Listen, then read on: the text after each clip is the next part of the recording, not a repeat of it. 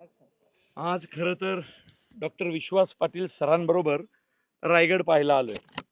म्हणजे इथल्या प्रत्येक भिंतीला हात लावताना, या दगडांना हात लावताना कधी तिथे तरी इथून महाराज गेले असतील, याला स्पर्श केला असेल, म्हणजे महाराजांच्या असण्याचा भास निर्माण होतो.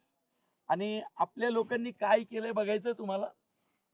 म्हणजे आम्ही आता फिरत होतो तर या ऐतिहासिक वास्तूच्या खपच्यांमध्ये हे बघा, हे बघा, म्हणजे ज्यांनी कुणी हे इथे टाकलं असेल त्या माणसाला मी मनापासून विनंती करतो, बाबा तू परत रायगडावर येऊ नको रे. हा, ही कचरा टाकायची जागा नाहीये. इथं आपल्या बापजाद्यांनी इतिहास घडवला, बापजाद्यांनी रक्त सांडलं.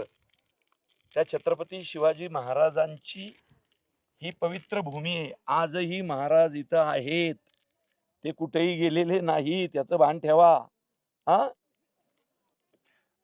आणि फक्त स्पर्श नव्हे तर परिसस्पर्श.